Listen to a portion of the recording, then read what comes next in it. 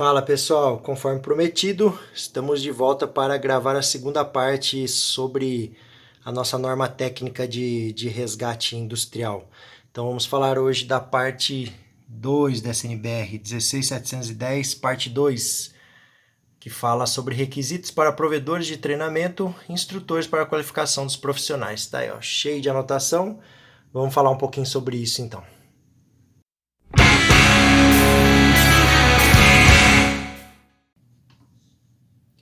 Fala pessoal, bom, conforme eu havia prometido, há 2 semanas atrás eu gravei um primeiro vídeo falando sobre a parte 1 da norma técnica de resgate industrial, a nossa norma técnica nacional agora, NBR 16710. Eu comentei sobre a parte 1 e aí disse que depois ia gravar um vídeo sobre a parte 2, então é por isso que eu estou aqui, inclusive teve algumas dúvidas, teve até uma pergunta interessante que eu pretendo responder no primeiro vídeo que eu gravei. E vamos lá, então, fiz várias anotações aqui da parte importante. A parte 2 da 16710 ela é mais curta, bem mais curta, inclusive, do que a parte 1, até porque a parte 1 tem bastante conteúdo sobre o conteúdo programático, de qualificação de cada nível, então ela tem mais páginas, né? Então a parte 2, que fala especificamente sobre os provedores de treinamento e sobre as pessoas que estão por trás dessa instrução de treinamento, né? Sobre os requisitos mínimos que essas pessoas e essas empresas devem apresentar. Então, como eu já havia dito no primeiro vídeo, vou ressaltar novamente. Provedor de treinamento de resgate industrial não é especificamente um centro de treinamento, não é especificamente uma empresa que só ministra treinamento, tá? Então, como eu falei no nível 1 e vou reforçar e reforço em todas as vezes que alguém me questiona sobre esse assunto, a própria empresa, tendo recursos e requisitos para isso, pode ministrar os treinamentos para formar a sua própria equipe de resgate. Isso quando essa equipe de resgate já não existe. E aí quando a empresa, na verdade, vai querer só requalificar ou fazer um treinamento de adequação, se ela assim entender, ou aproximar os treinamentos que já eram dados, as qualificações que a empresa já tem da sua equipe interna de resgate, usando como base os requisitos da 16710. Então, nada impede que isso aconteça, tá? Então, treinamento de resgate técnico industrial conforme norma técnica não necessariamente precisa ser dado por uma empresa de treinamento e não necessariamente precisa levar uma equipe de resgate para um centro de treinamento. Pode ser feito tudo dentro da própria empresa, que em muitos casos, na verdade, na minha opinião, é muito mais adequado, é muito mais real que o próprio resgatista sinta a sua própria realidade dentro dos seus equipamentos, dentro dos seus cenários de risco.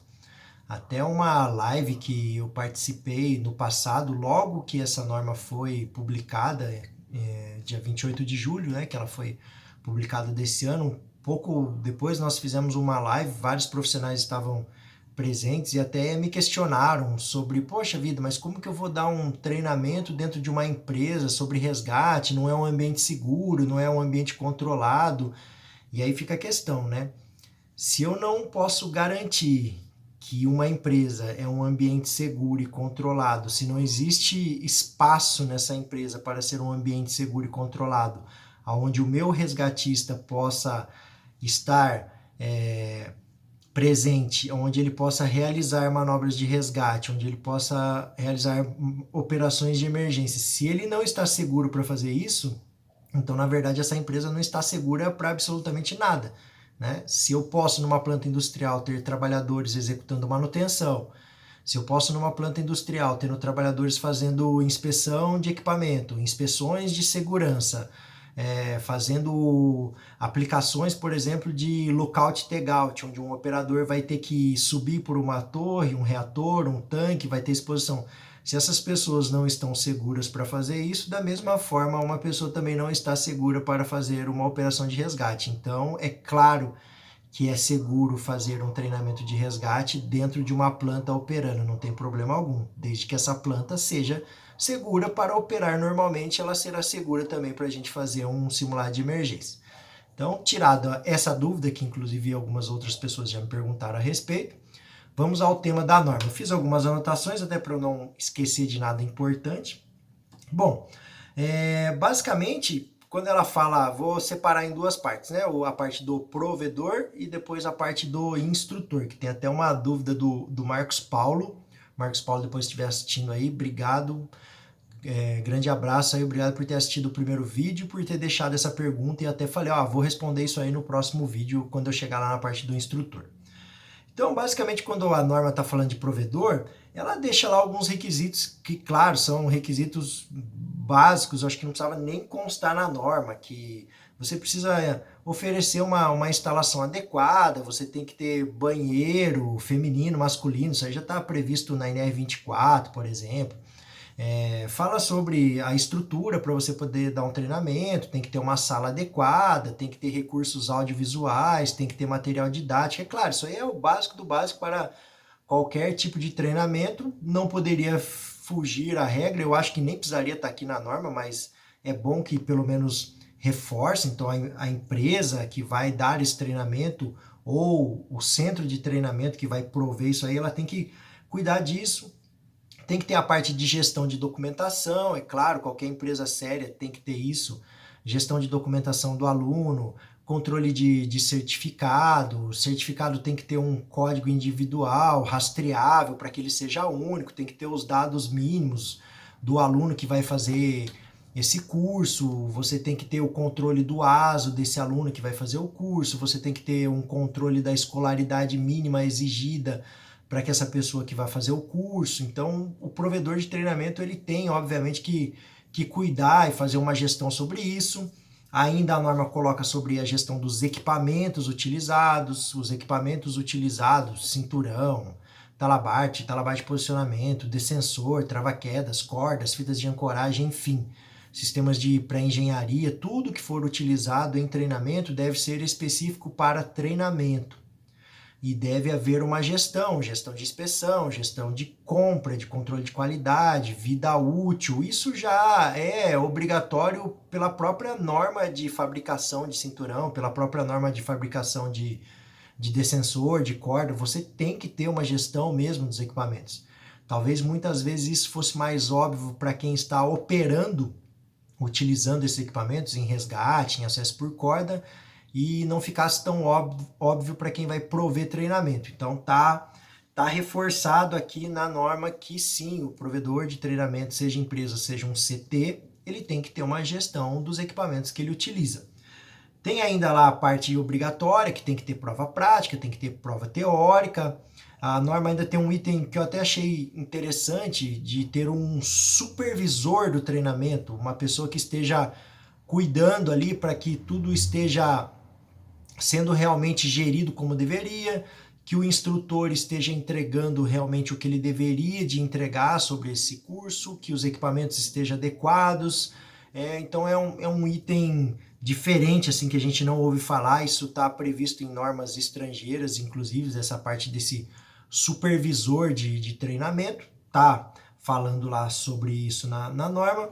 Uma outra coisa também que eu achei interessante sobre essa norma sobre a parte de controle do aluno, sobre a parte de controle dos equipamentos e a parte de controle também do espaço. A norma ainda fala que tem que ter pelo menos 6 metros de altura, é uma referência até, por exemplo, em acesso por corda, dentro do sistema IRATA, por exemplo, você tem que ter pelo menos 7 metros de altura. Na parte aqui está falando que você tem que ter pelo menos 6 metros de altura, só não explica muito bem se é 6 metros de altura de pé direito ou é 6 metros de altura de obstáculo.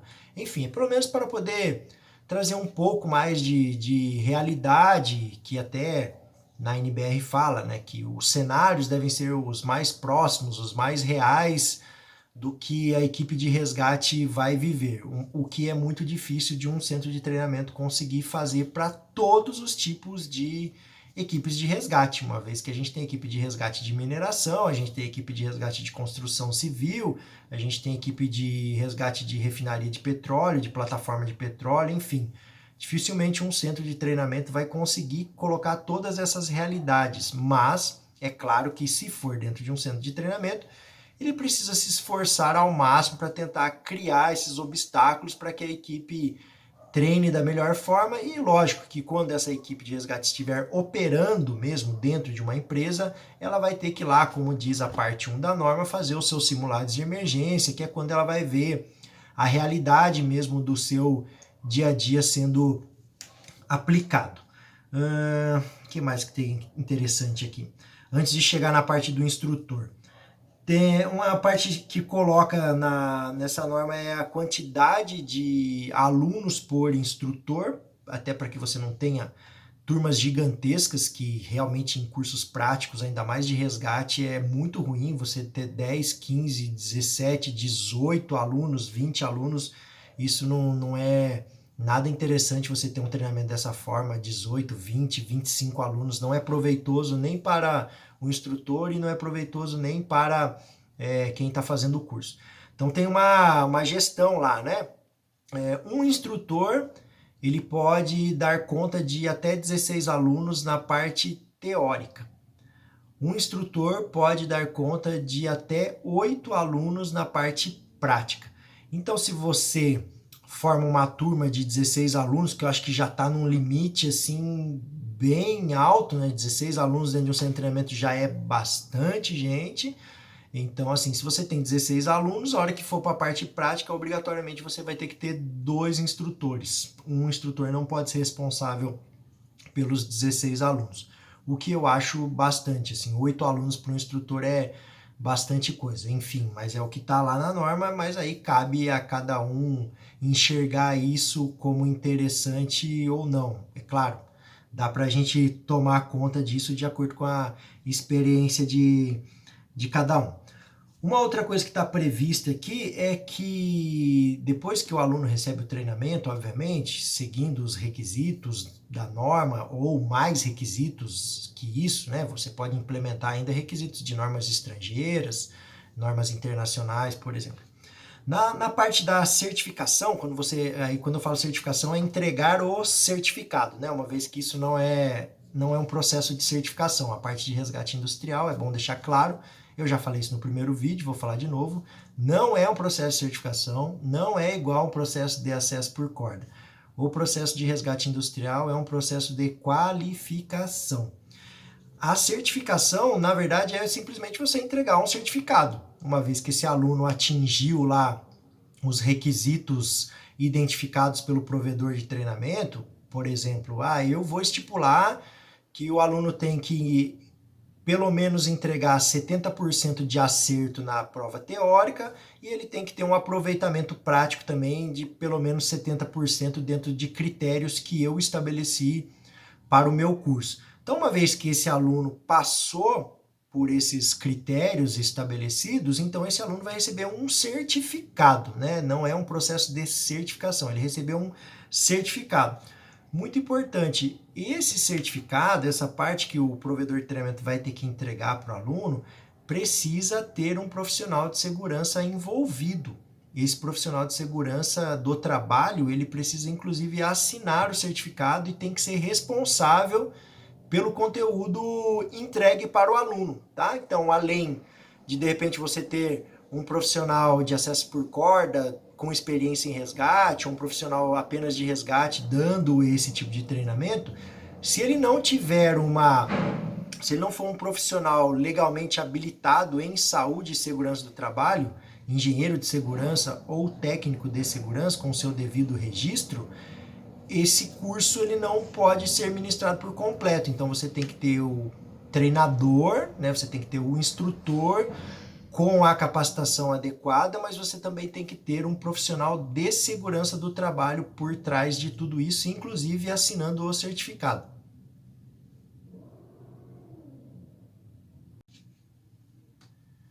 Continuando.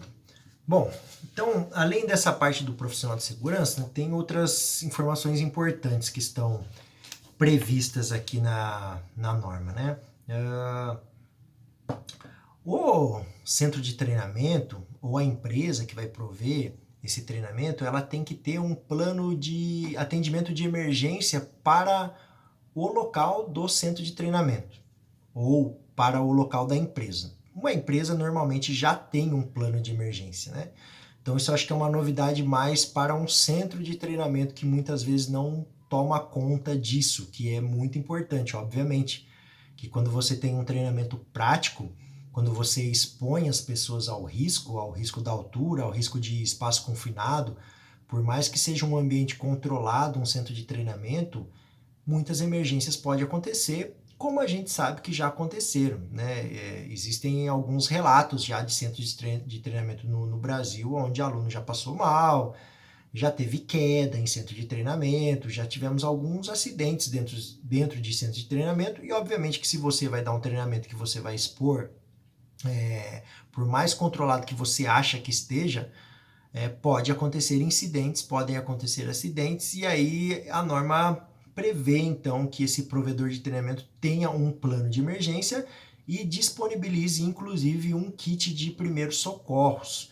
Então o provedor de treinamento tem que ter lá à disposição um kit de primeiros socorros de acordo com a avaliação de risco que ele fez, de acordo com o tipo de atendimento, o limite máximo de atendimento. Alguns centros de treinamento têm profissionais de saúde, por exemplo, envolvido, outros não, então tem limite de atendimento dessa vítima e é claro, no caso de uma emergência, você vai precisar procurar aí um socorro especializado, por exemplo, chamar o SAMU, o bombeiro militar, de acordo com o tipo de ocorrência, se ela precisar de um encaminhamento para um hospital, por exemplo.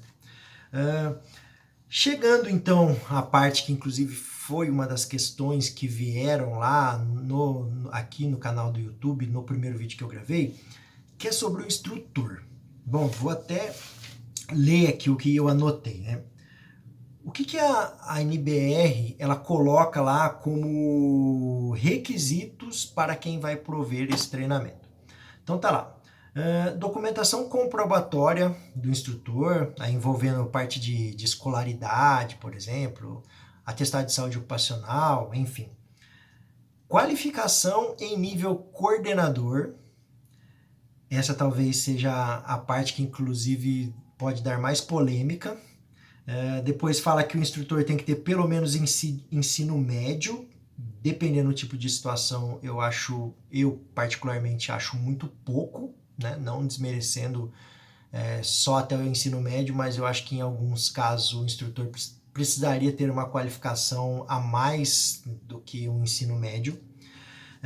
Diz que o instrutor tem que ter formação em técnicas de ensino, não explica como seria essa formação de técnica de ensino, se ele teria que ter uma graduação em pedagogia, se ele teria que ter uma pós-graduação reconhecida na área de ensino, com carga horária e conteúdo programático reconhecido pelo MEC, por exemplo. Isso estava no texto antigo da norma e foi retirado na aprovação. O instrutor tem que ter domínio sobre os equipamentos de pré-engenharia que ele vai utilizar. Ele precisa ter conhecimento e domínio nas técnicas de resgate que ele vai aplicar para os alunos. E ele precisa ter experiência em ambientes industriais com trabalhos em altura e ou espaço confinado, que eu acho errado ser e ou, deveria de ser e, porque já que o treinamento tem que ser de altura e espaço confinado, o instrutor tem que ter experiência de trabalho em espaço confinado, tem que ter experiência de trabalho em altura. Inclusive, deveria de ter experiência de resgate verdadeiro dentro de indústria, não apenas simulação. Enfim, então esses são os requisitos que estão previstos lá para o instrutor. E aí, por que eu falo da polêmica para alguns casos, e até foi a pergunta que me fizeram? Poxa, Fábio, se a norma foi lançada agora, e você já precisa ter instrutor para dar o treinamento industrial, você precisa ter treinamento para dar o operacional e o líder e o coordenador. E a norma fala que o instrutor precisa ter treinamento de coordenador. Como é que essa pessoa já faz o treinamento de coordenador se não tem ninguém para dar esse treinamento para ele, uma vez que a norma surgiu do nada? Na verdade, claro, teve todas as referências internacionais, mas assim, não existia ninguém com esse nome. Então, o que que eu acho, né? Vou falar até da nossa experiência como provedores de treinamento na área de resgate, e eu acredito que é como a maioria dos provedores de treinamento vão ter que se resolver. Fazer qualificações internas entre as pessoas que já têm experiências anteriores, obviamente que acredito eu que pelo menos ninguém vai fazer essa loucura.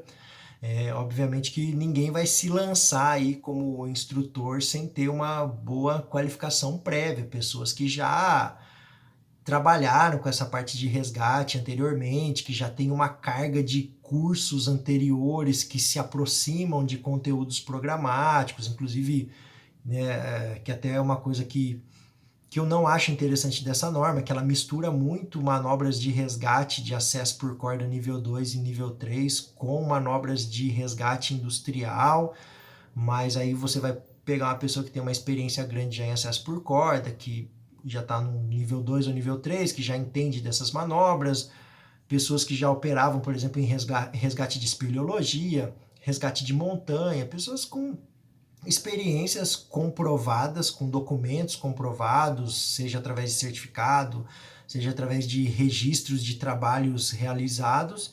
E essas pessoas, então, assim, na minha opinião, elas deveriam de se nivelar dentro dos conteúdos programáticos mínimos colocados aqui na norma, e aí elas, dentro de um processo interno desses provedores de treinamento, seja ele um centro de treinamento ou seja uma empresa onde já tem uma equipe de resgate, onde você, inclusive, as empresas que já têm equipes de resgate, elas já têm isso já definido, principalmente quando essa empresa trabalha dentro de um incident command system.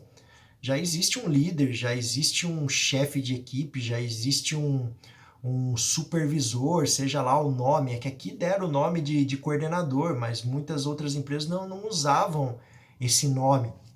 E aí você nivelando dentro desse conteúdo mínimo, fazendo qualificações prévias e internas, dentro de um processo que tem aí um reconhecimento de um profissional de segurança do trabalho por trás, que atenda esses requisitos, então aí você acaba meio que formando esse coordenador de resgate, que aí obviamente depois vai ser o instrutor desse tipo de treinamento. Eu acho que essa é uma das saídas assim que pode ser dadas, e não simplesmente uma pessoa receber esse título simplesmente por receber.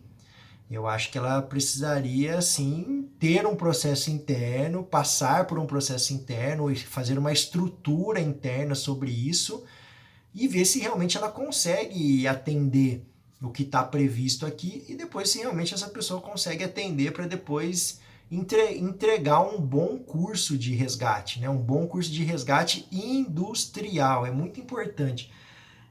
Que algumas confusões eu vejo, às vezes, não criticando ninguém, né? Apenas uma opinião pessoal. Eu vejo às vezes o pessoal aplicando manobras de resgate de espeleologia, nada contra, até admiro demais, acho uma das técnicas mais finas e apuradas de resgate, ou do espelho resgate, mas o resgate industrial, o resgate que se faz na indústria, de verdade, não são essas manobras. Então, assim, eu acho que o instrutor ele precisa entender muito bem, por isso que eu até coloco que a experiência de um instrutor de cursos de resgate de indústria deveria de constar a experiência que essa pessoa realmente tem experiência de resgate na indústria, que ela entende como funciona um resgate na indústria fora do acesso por corda. Porque o resgate de indústria não envolve praticamente quase nada de manobra de acesso por corda. Os resgates de indústria são muito mais simples, muito menos complexos do que está estabelecido em alguns conteúdos programáticos aqui da norma. Enfim, é uma base, é um conteúdo mínimo, mas eu acho que a gente precisa entender de verdade como é que funciona um resgate na indústria. Até uma colocação final que eu deixo aqui, que são pontos depois, talvez, para melhoria, para avaliação, e é até interessante, assim, a gente não precisa esperar 5 anos, quando normalmente uma norma é revisada, a gente não precisa esperar 5 anos para querer aplicar isso. Eu posso aplicar isso no meu treinamento, você pode aplicar no seu treinamento. que uma das coisas que a norma, eu achei que aqui ela fala pouco, que são as partes mais importantes, inclusive de resgate na indústria, que existe muita manobra de resgate sem corda. São resgates de operações onde você precisa entender bem de uma boa estabilização de uma vítima, de uma boa colocação de uma vítima numa prancha rígida, ou em uma maca, ou em uma prancha e depois em uma maca, num bom transporte manual, uma passagem por uma boca de visita horizontal, por exemplo. Eu falei isso até no primeiro vídeo, quando você tem resgate num tanque horizontal, onde a boca de visita é horizontal, você não vai usar corda para fazer esse resgate, você não vai perder tempo fazendo isso. Simplesmente você vai adentrar o espaço confinado, obviamente depois de entender a segurança para poder entrar, os tipos de equipamentos necessários, se precisa de proteção respiratória ou não, autônomo ou não, e você entra, estabiliza a vítima muitas vezes numa prancha, não precisa nem de uma maca de resgate, e retira essa vítima manualmente. Grande parte dos resgates feitos na indústria acontece assim. Alguns resgates feitos na indústria, por exemplo, são feitos com PTA, ou agora PMTE pela norma técnica. Você não precisa de corda, simplesmente você chega com uma plataforma de trabalho aéreo perto da vítima, coloca a vítima nessa plataforma e desce ela para o chão. Então, assim, são alguns cenários que não foram previstos. É claro que nenhuma norma vai conseguir prever todos os cenários. Daí a importância de provedor de treinamento e instrutor de treinamento de resgate realmente entender como é que funciona resgate na indústria e como os cenários são resolvidos, que não são simplesmente com corda. Por mais que eu goste de corda, por mais que eu ache interessante toda essa parte plástica, né? Essa parte de cinema, muitas vezes. Às vezes a gente vê umas fotos lindas, maravilhosas, fica bonito para bater foto, mas quando a gente vai para a realidade do resgate, dentro da indústria, da operação, de uma equipe que está atuando dentro de um resgate dia a dia, ou está contratado por uma parada de manutenção, ou está num plantão de bombeiro civil, o resgate feito na indústria é muito mais simples do que está pintado em alguns exercícios propostos por essa norma técnica. Enfim, o recado final que eu queria deixar é esse. Então, assim, Fábio, eu preciso seguir tudo isso aqui à risca? É claro que não. Você precisa entender os conceitos que tem aqui que são interessantes, que realmente se aplicam, e utilizá-los da melhor forma, e buscar também outros tipos de referências para completar o que está previsto aqui nessa norma, e você entender que dentro de muitos cenários de trabalho de indústria, muita coisa que está aqui aplicada de exercício é totalmente desnecessário, mas está aqui, aí cabe a gente aplicar dentro do nosso treinamento ou não, tá joia? É isso aí, pessoal. Um grande abraço, até uma próxima.